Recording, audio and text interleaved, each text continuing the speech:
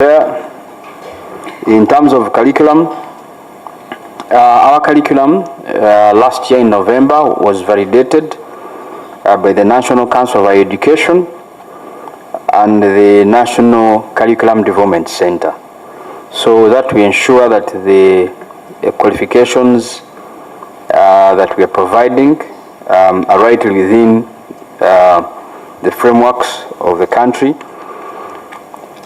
Chair, also on that, we introduced a one-year apprenticeship program, which is performing very well, as I will report.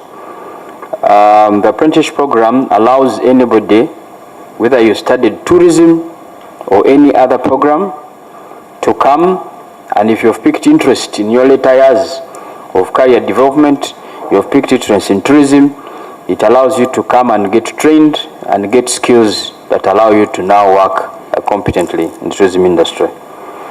That program, we have piloted it with the International Labour Organization, Enabel, and the ministry, and it is performing very well with about 300 apprentices. Chair, we have also improved the publication within the institute. We have introduced both an information and scholarly magazine called The Crane, after the name of the institution. We will be able to, we have not carried copies, but Chair, we shall submit copies to your office. Chair, the school is undergoing a 360-degree infrastructural development. Currently, we are actually outside campus renting to allow learning to continue. The school, by the end of this year, will open its doors with an 80-bedroom capacity hotel, replacing the old one, which most people knew. Unfortunately, it could not pass the integrity test, so it was demolished, and the new hotel will be open this year by November. 82 bedrooms, twice the capacity of the old one. The school will also open new infrastructure in terms of classrooms, administration blocks, in terms of and other facilities, training rooms that are undergoing construction. These are being supported by the World Bank, and we expect these to open by October this year, 2024. Chair, we also received some government funding to the tune of 2.8 billion to undertake the construction of the girls' hostel. The school being a hotel school, we cannot rely much on the hostels outside because of the nature of our work and training. So the government appropriated 2.8 billion to support the construction of a girls' hostel. But I want to state that actually the total cost of that hostel is about 17 billion. But so far the 2.8 billion has been contracted out, as we shall report in the further details. Chair, in stakeholder engagement, we have been able to meet in the last year with some of the stakeholders in the industry, the Uganda Hotel Owners Association, with whom we have signed an MOU,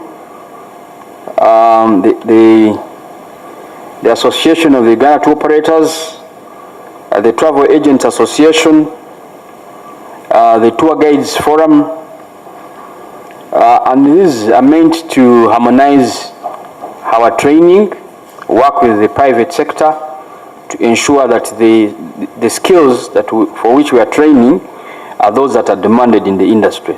So these engagements take place every year. So last year we had one. I would want also to report that we've had an engagement with all tourism training institutions in this country to try and harmonize how we approach training in this country. Chair, those could be the quick highlights, okay, that we can give to improve our discussion. Thank you very much. Thank you, members. Any response starting from the stream leading training school in Uganda in this regard. Honorable Chair, I appreciate the brief remarks by the Executive Director, the principal. by the principal. But Chair, this is an area where personally I'm passionately involved, and I've had a frolic of my own looking at the school. He talked about the curriculum and how it was approved by the higher commission here. With all due respect, the commission may not have the capacity to handle what you are doing.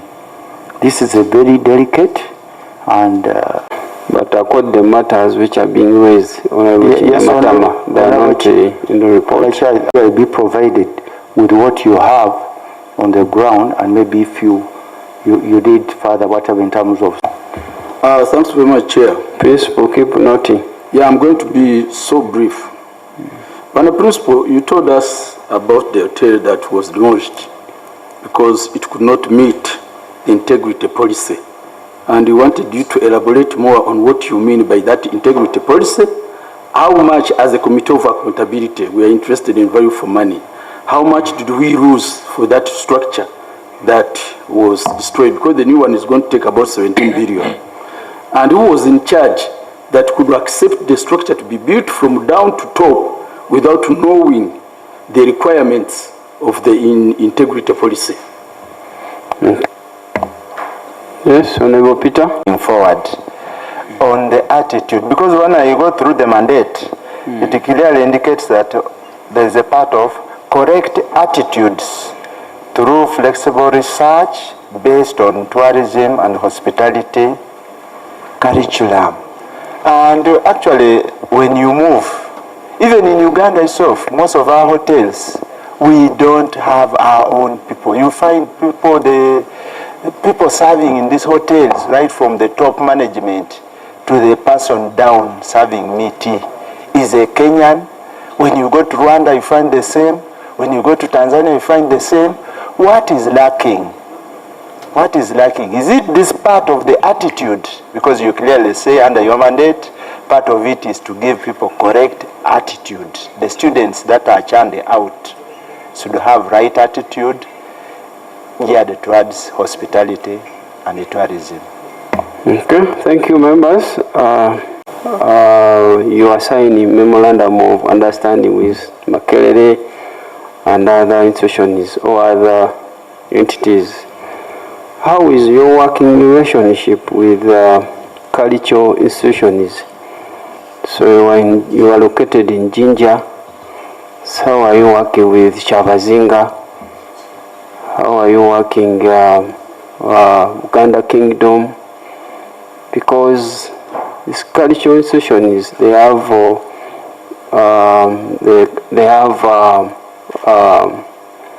tourism opportunities, but do they have trained staff? So in line of promoting tourism, in line of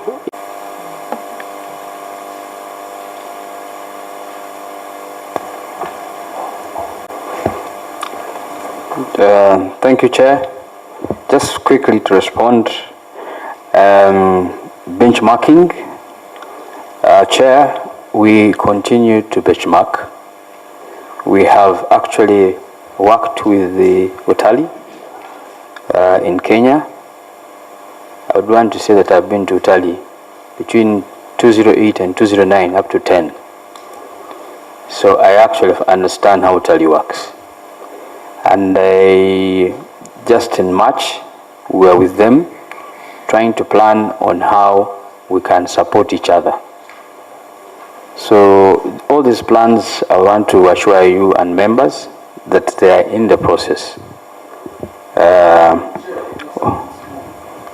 Yes? To remind the principal, you see, I represent workers solving the problem.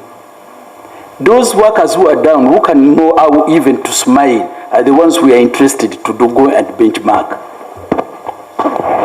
Chair, for us to be able to establish a relationship to ensure that there is a well articulated and better learning, the management has to first interact with the fellow management so that a structure is put in place. What we are trying to create, and what I would want the members to appreciate, is that once the two institutions can work together, then exchange programs can take place. Exchange for both students and staff can take place. Honorable Chair. And that is what we are actually working towards. It's not a procedural matter, but it's a concern still on the same question. Because we are looking at least 5 years of your operation. And since that time you have been doing... Weeks have been at it, and it is just important that we build on what they founded. So it is not true that we've been at it for the last 5 years. But what I want to assure this country is that hospitality training and tourism training in this country is taking up, it is growing every day because of the demand. And as custodians of this institute, we are trying to ensure that we have all the necessary systems and structures to have our staff trained. I didn't mention that actually we are planning to start an in-service program. An in-service program is where workers currently in hotels who are not trained will have time at the institute when it's open to be trained. And these strategies, these programs are intended to improve the service in the industry that everybody is complaining about. It may not be a 1 day or a 1 year journey. This is a journey we shall take consistently. Our colleagues in Kenya have been at it since 1972. Other countries have been at it since 1960. And we are beginning this journey. So it's a journey we all have to appreciate, that it can't be solved in 1 day or 1 year, but with progressive incremental steps, I think we can be there. Okay, try to summarize. So, Chair, that was about the benchmarking. Experts here to train. We are working on this. We have actually established a department under the Principal's Office to do what we call partnerships and collaborations, and we shall have experts coming in. In September, we're beginning with 2 experts from Belgium that are coming to work with us under the Enabel arrangement. The facilities, currently what we have, what we don't have. Chair, I would want to say that the facilities currently, the hotel is being constructed, the administration is being constructed. We will need a lot of support on students' hostels. Those facilities are still missing. Why was the hotel demolished? The old hotel was demolished because 5 architectural integrity tests showed that it could not support addition of floors on top of it, so it had to be demolished and a new one constructed. The new one, if you compare, one point in time you may need to visit to have the actual, you'll see that these are completely different, and it's actually, the capacity is 10 times the old one that we had. About attitude is a progressive. We need to progressively handle this as a country. We'll do the training, but attitude is built right away from home, from culture. We need to talk to these people. We will take them through the best trainings. We'll give them the best, I would say, in terms of capacity. And gradually we believe the attitude will change. Attitude is a behavioral aspect. It is not maybe mathematics, it's behavioral. This is a try and change behavior, and we are, in our training, we expect we should use the right models to affect attitude change. Thank you, Chair. Yeah, I mean, to look at a specific area To my recollection, I thought that he would only take this committee to areas of where the act mandated you to do, because tourism, even in everywhere they are teaching these course units, even degrees and what have you. But what makes you visible and relevant, that would have been the key area of that you would bring to present to us. But I've keenly listened and listened, you are not going in those areas. What makes Uganda hotel tourism, whatever, unique, and that you even appear before a committee of parliament for accountability? You get money directly from government. You are here for accountability. What makes you visible and relevant? Okay, next boss. You need to bring them together. You talked about our colleagues from which country is that? Outside Europe? Belgium. You see, the approach is that's where we go wrong. To them, a work right away from down. There is a way is motivated, performance, even greetings. But here you are going to say our people have negative attitude. When you yourself, the leader, is the one who is having a negative attitude. So you need to, the training is comprehensive. Right away from down to the top person. Okay. Kenya would give you a very good example. Honorable Sibambi is because he has gone.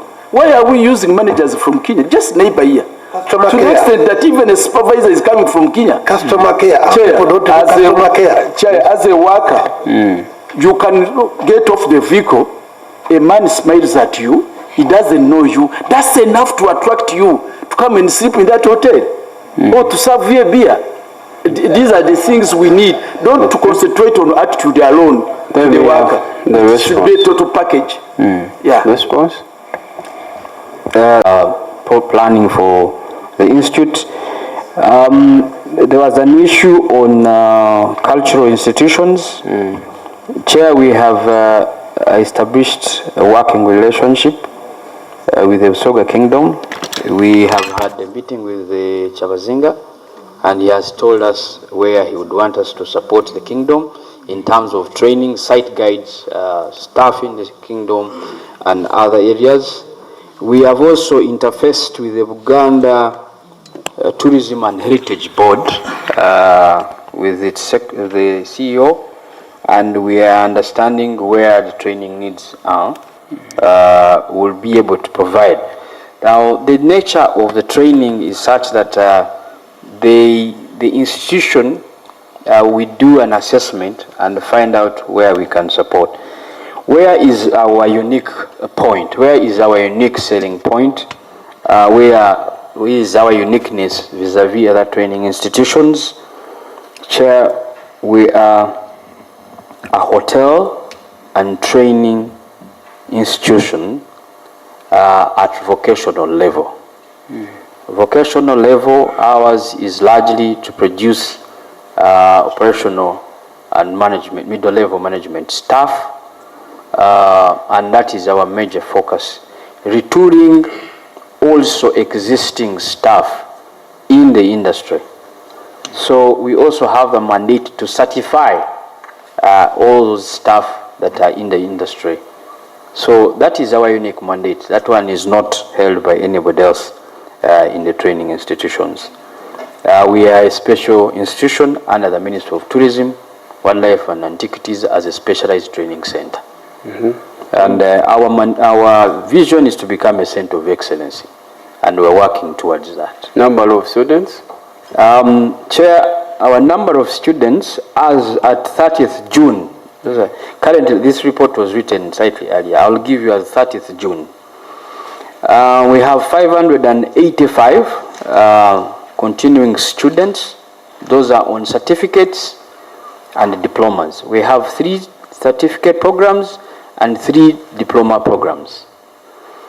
We have 100 apprentices who have been given to us by the Ministry of Tourism. We have 150 apprentices who have been who are being supported under the Enable program, and we have 200 apprentices who are being supported by the International Labour Organization. So in total, we have 1,000 35 students as 30th of June 2024. Okay, Itungo, and introduce yourself. Part of the mandate. So I want to know how you collaborate or how you guide the following. One, NCDC in the curriculum development. Where is your role as far as curriculum development is concerned? Number two, the DIT, Director of Industrial Training.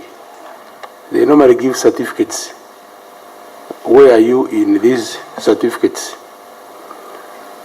Then I want to know the examination body that examines your students. Are they under UBTEB? Which examination body examines your students? Then finally, when I came in, I think it was the Honorable Bakavulin who was talking about attitude. If you look at your mandate, the last line, social skills and correct attitudes. It is part of your mandate to make sure that the students or the people you are training, they have a social responsibility in terms of skilling, but they should also have the correct attitude. So what are you doing, either in your curriculum or in your operations or whatever, to make sure that these people have a correct attitude? Thank you, Mr. Chairman. Okay. Principal? I will make some comments, and the Dean of Academics will also just add quickly. NCDC, we worked with NCDC to develop the curriculum. NCDC has the regulatory authority, the regulatory mandate, and for us we provide the expertise. So we have worked together with NCDC to have certificate in culinary. We are working with them on other curriculums so that they can be available and legally. We have also worked with the National Council as well on the programs, as I mentioned. The programs we develop, and National Council certifies them. How have we worked with DIT? We are a certified assessment center for DIT. We are working, we have an MOU with DIT to certify. DIT has a bigger role. For us, our major role is on in tourism and hospitality. And in case of reviews of DIT, work schedules, modules, we work with DIT because they also have that wide mandate. Examination body, I would want to say that the Act gives us mandate to examine, assess, and we do conduct our own examinations. So we are not examined by anybody else. With the social skills, like I said, this is something that we cannot solve in one day. However, what have we done? We have introduced what we call in-service programs. We have inbuilt in our teaching curriculums issues to do with attitude, but also we are discussing with the industry on how we can work together to improve attitudes, because it cannot be only an island of an institution to change the attitude in the entire country. It must be a collective effort. We put in place the training systems. The private sector and other members help us to work to see that these attitudes can improve. Okay, members, let's go to the report. Dr. General. And pertinent issue. Principal, you have ever been a politician like me, elected leader, at the same time you were a civil servant, earning two salaries at the same time. I want to know, having assumed that office, whether you are still drawing salary from the university where you served before. Because previously you were a politician and you're drawing a salary of a politician at the same time drawing the salary of a lecturer. Now, having assumed the other office, are you still drawing the salary of a lecturer? Thank you. and honorable. Is your friend? Yes, he's my friend. We've known each other for some time. Yes, I have been in the gutters of politics. I was a guild president. At the time, I was also a councillor, and I also became a lecturer. And now I am a principal. So it's a progression. So there is no, I stopped active politics in 2016. Yes, I've never thought for election since 2020. When was the last election? Since 2021. But you have been a lecturer since 2016, even in 2021 you were a lecturer. So I'm no longer in active politics. And no. I think Chair, he asked whether I am still no longer in active Honorable politics. Chair. Procedure, Honorable Chair. It is answered. Okay. Members, let's go to the report.